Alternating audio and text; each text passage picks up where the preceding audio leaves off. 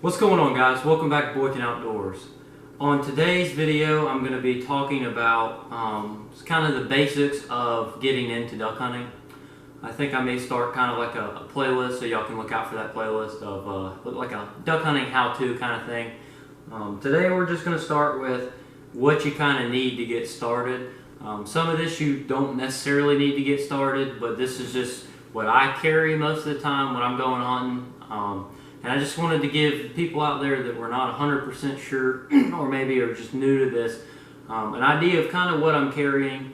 I'm going to go over what gear I carry, and then towards the end I will go over kind of what gear I bring for bear. So if you do have a dog or you're getting a dog and you're interested in just kind of what I normally bring to the field, give you a look into that and an idea of what I carry. But we will get started with gear for just the average person getting started. So the first thing you're going to want to get when you get into the waterfowl industry of any kind, it's in the name, or the waterfowl hobbies, it's in the name, water. You're going to want something to keep you dry. So you're going to want to start with a good set of waders. These are the Drake's 3-in-1s. Can't remember exactly what the name is. I've had them for a few years. Waders are a big topic because a lot of people have troubles with them leaking. Different brands leaking, different kinds leaking. These I prefer breathable just because I like to be able to bend my knees, be able to walk around a little easier, stand up, sit down versus the neoprenes. But if you're new to hunting and you're not 100% sure about if this is something you're going to be interested in for the future and you're not looking to spend, I think I paid like $400 for these, maybe $500. That kind of money, you can get neoprene waders for right around $100 and even less than that if you're looking for some really cheap pairs. Those are just not going to last as long. Like I said, I've had these for, gosh, I don't know, maybe 5 years now. No problems, no leaks, nothing. Pay $500, you get what you pay for waders typically. So I do suggest getting a little bit decent, at least a decent pair of waders, something that can keep you warm. I like 1,600 gram boots at least. But you can go down, I've hunted out of 800s and stuff. Doesn't really matter. Higher the gram, so like 1,600, 800. So 1,600 is going to be warmer, 800 is going to be less warm. But yeah, so you need a good set of waders. These waders, like I said, they're 3-in-1. So I've got the inner lining pulled out of them because it's teal season, and these things are super, super warm when it comes to early season. So I rip these out. And I've got a good set of somewhat cool waders. They're still pretty warm, but they get the job done. You can also zip this camo off of it, and then it's just an all-brown pair for these. But that can be with a bunch of different brands. Have all the 3-in-1s, 4-in-1s, all sorts of stuff. But a good set of waders is where you probably need to start for hunting. Then the second thing I would say that you need is a good jacket. So this is the Drake. I'm not sure what the brands are or what the model number is, but it's just their Drake. I think it's a 3-in-1. I do know that. It'll zip out into like a vest and a lighter jacket, and then you've got your outer coat. If you can get one that's fully waterproof, I would suggest doing that over what I've got. These are supposed to be waterproof, but in my findings, they're water resistant for the most part. But I would suggest getting a waterproof jacket. Just so those wet days, it's raining, snowing, whatever conditions you're dealing with. But waders and a good jacket are a great place to start. So there's that. Then you're going to want to move on to getting yourself a good pair of gloves. Oh man. You're going to want to get yourself a good set of gloves. Something to keep your hands warm for the boat rides or you're kayaking in or something like that. You're going to want something that's waterproof. These are waterproof, or were waterproof when I bought them. Now they're not so much, but they do keep my hands warm. They're great for driving the boat. Great for if you're standing in the boat, you're reaching in to pick up decoys out of the water, and they get a little wet. They'll protect your hands from the icy waters. You may also want to look into some decoy gloves if you're going to be doing large spreads in the water and you're going to be having to pick them up, pick up decoys, wrap them up, that kind of thing. But a good set of gloves, can't go wrong with that. The next thing is you're going to want a face mask. This is my early season face mask. This is more or less on the super sunny days. I don't like face paint. Some people love it. I'm not a big fan. So I'll wear these masks like this. This is just like a buff style mask. This one's from Joey Young. I think I ordered it on Amazon. It also doubles as a turkey hunting mask. But yeah, use this during teal season. And sometimes during teal season you get cooler mornings, so it's nice to have. But for later season, which I don't have with me right now, I do have a little bit thicker one. I think it's fleece lined, so you can get that. Or I also have one by Drake, which is a full face mask. Those are great for boat rides and those super cold mornings. But a good mask, good pair of gloves, can't go wrong with that when you're getting started. Because if you're cold duck hunting, let's just face it, you're going to be miserable. If you're miserable, you're not going to have a good time. So if you're not having a good time, you're probably not going to like duck hunting. Or if you're taking someone who's trying to get into duck hunting and they're cold, they're probably not going to want to come again. So you want to try to keep them as comfortable as possible by getting them warm weather gear. And obviously later in the season it gets, the colder it gets. So now after you've got kind of your basic clothing options, you're probably going to want to move into your more like necessities type thing. So I'm going to get into, I always carry a headlamp with me. I've got a light bar on the boat and I've got a lights inside the boat. You'll see, and I'm actually going to post a video here soon of my boat review. But you want this for if you're walking in somewhere, or you get out into the marsh, or you're walking in the swamps or something, you have a light with you and you're not having to fumble with your phone or a flashlight, throw it on top of your head and go wherever you're trying to go. It's also helpful with boat ramps and stuff like that when you back down into the water and you're trying to see and you may not have the lights on yet. Just a super helpful tool. Pick one up. I think you can get one. Any headlamps super cheap, like $5, or you can go up. I think I paid $30 for this one. Super bright. So yes, get yourself a headlamp. The next thing, which is super easy and super cheap to pick up when you're duck hunting, is I carry in my bag, I carry a poncho for those just absolute downpour days that you don't think it's going to turn into that, and all of a sudden you got a storm sitting on top of you. Throw the poncho on, keep you from getting wet, especially on those, if you're getting down in the 20-degree days and you're getting soaked down to the bone and you've got a super long back, it could even save you from hypothermia potentially. That's a super severe case, but poncho is a great thing to throw in. If you never use it, super light, you've got it in case you do need it. Next thing I carry is some toilet paper. Now, nature calls, it's a great thing to have because I know many people out there, including myself, has lost sleeves and socks, and it's just kind of nasty. If you don't have some toilet paper, wrap you up some toilet paper, put it in a plastic baggie, and just throw it somewhere. Also super light. I actually take my toilet paper and this poncho, and I'll stick my toilet paper inside with the poncho, and it just consolidates space. If you're interested in that, I would suggest doing that. And then as you start getting more and more things, you start accumulating all these things. You're going to want somewhere to put it. So you can get yourself a blind bag. This is a blind bag that I had a buddy of mine bought for me.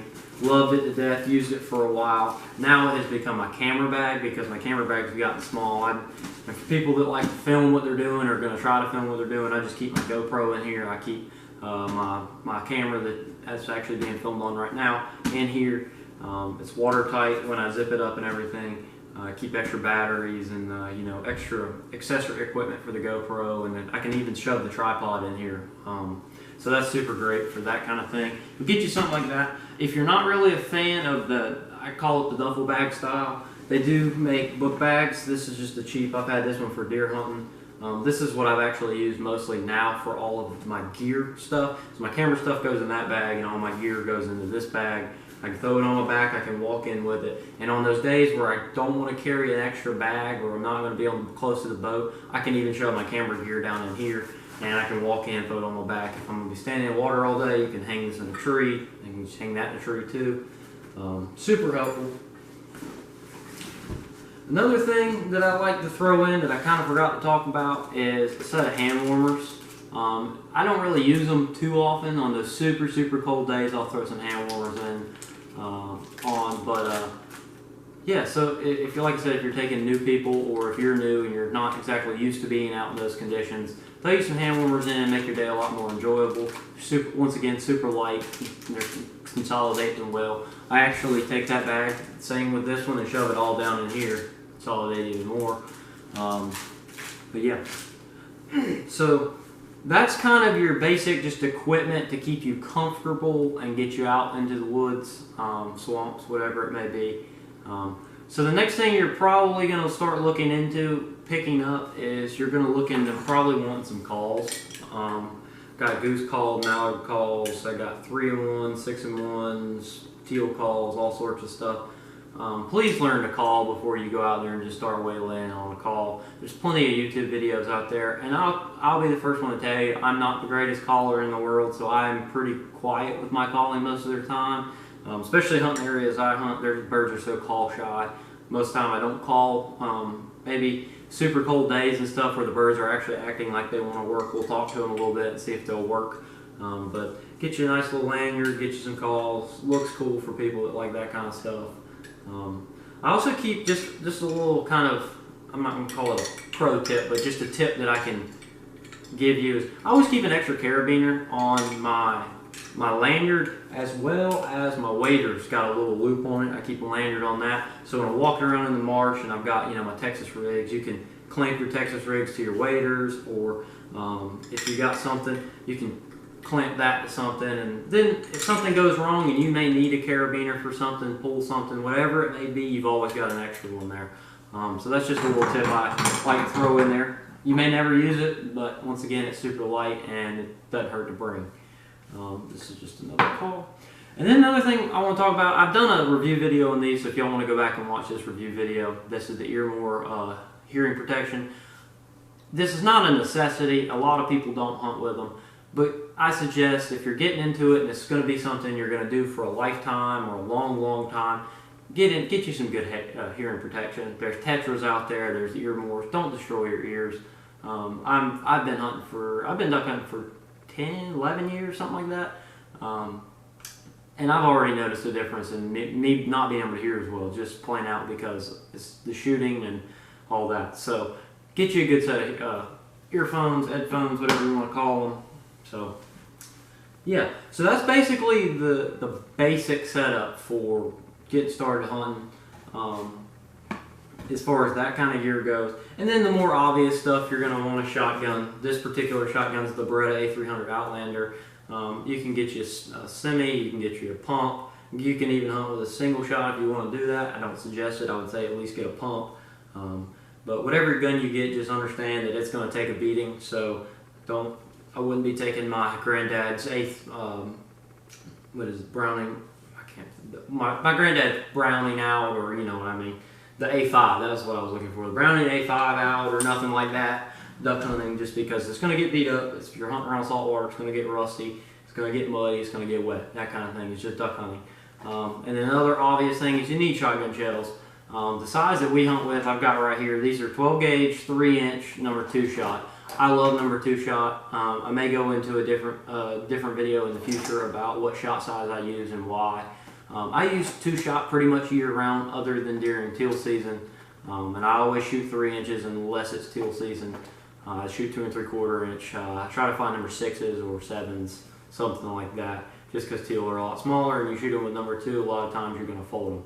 But the reason that I shoot number 2 year round is because number 2 can take anything down from a goose all the way down to a teal. It's just a versatile load. 3s are fine, even 4s are fine for like wood ducks and stuff. You probably could even take down a goose with a really good shot with 4s. All the way to BBs. I don't shoot BBs just because I think they're slightly big and they do destroy some of the birds, but we'll get into that in another video. But yeah, get you some shells and a pretty decent shotgun. So that's pretty much all I got for like the obvious gear stuff and the basic gear stuff that you want to get when you get into hunting. But if you're taking a dog into the woods, these are some things that I also throw in. I got Bear right here. So I got Bear, as you can see, she's wearing a collar. It's got her name, it's got where she's from, my phone number, and another phone number on it to my parents, I believe. So whatever it is, make sure that they've got a collar in case they get away from you at the boat ramp or they swim off, you lose them, that kind of thing. So you can get the dog back. It's just a second safety thing. Another thing, if you're going to be taking a dog to the woods, get him a nice vest. This is the Drake vest. I think this is the 3 or the 5 millimeter. I can't remember what it is. But get him a vest for him when it gets cold. It just keeps him warm and it also gives him a little bit of flotation. You're probably going to need to cut the legs out for whatever dog you have. That way it doesn't bind up in their joints or in their shoulder pits. So yeah, get you a nice vest. I carry that with me. And then when you're getting started with your dog, and even when you're hunting, I keep a shock collar on her, a e-collar as it's called, and I like to keep it on the setting. This has a setting for tone, momentary, and continuous shock. I keep that as a setting because I can tone her, and when I tone her, she'll come back if she's not paying attention. I can momentary shock her and then continuous shock her, and it just gets her attention. It doesn't hurt her. It's just more or less kind of a, hey, pay attention type of thing. But I always keep this on her when we're hunting. I put this on her before she leaves the truck because if she tries to run off, I hit her with a beep. She doesn't listen. I give her a little nick, and then she'll turn around and come back to me. It's a wireless leash, basically. So I definitely suggest you getting some sort of e-collar. Then I also bring dokens. I have different sizes. This is the wood duck doken. This one's been beat up pretty good from training, but I also suggest bring one of these, especially if you've got a new dog in the woods, because the worst thing you can do with a new dog that's not experienced retrieving is let them get bored doing what they're doing. So if you're having a super slow day, you don't want to take them on a hunt and they don't get a retrieve or something. You always have something for them to retrieve that resembles what they will be retrieving. You can shoot and kind of mimic a situation. So I always bring a doken or something just in case the action's slow, so that she gets the retrieves in, she gets the work in, and it keeps her entertained. And then also, what I don't have with me, I carry a collapsible bowl. That collapsible bowl I can use for water. Feed her, and I'll carry a bottle of water, just plastic bottle of water, so she has water while we're hunting. And then I also carry a plastic bag, like a little freezer bag type thing, full of food for her. I don't like to feed her before we hunt. I like to feed her at the end of the hunt because I've heard stories. Don't quote me on this, but I've heard stories, and I'm a little nervous about it. But if you feed them before the hunt, they jump and their stomach turns upside down. It can kill them. I've heard that a couple times, so I just steer clear of messing with the food before. But I'll feed her like when we finish up the hunt and we're heading back. I'll throw some food in the bowl for her and let her eat. As far as that goes. And I also like to bring, for her it's not as big of a deal, I haven't found, but it's helpful to bring like maybe a towel or something for them, kind of get them dried off for the boat ride back. Or if you're not going to towel them off, which I don't do a whole lot, I will take a piece of burlap that we use to cover the boat with, as long as it's dry, and I'll wrap her up with it, just kind of keep her warm for the boat ride back, so that she's not miserable, because the worst thing you want to do is make your dog miserable. I mean, at the end of the day, duck hunting is all about going out and having a good time. You want to have a good time. You want your dog to have a good time. If your dog's freezing, they're probably not having a good time. So take care of them. Get a good, like I said, get a good vest, and maybe take that extra step to cover them up. So that's pretty much all I've got for you guys tonight. If you got any questions about any of this gear, you got any comments, concerns, put them in the comments below. I'll try to answer them, or whatever you have questions about.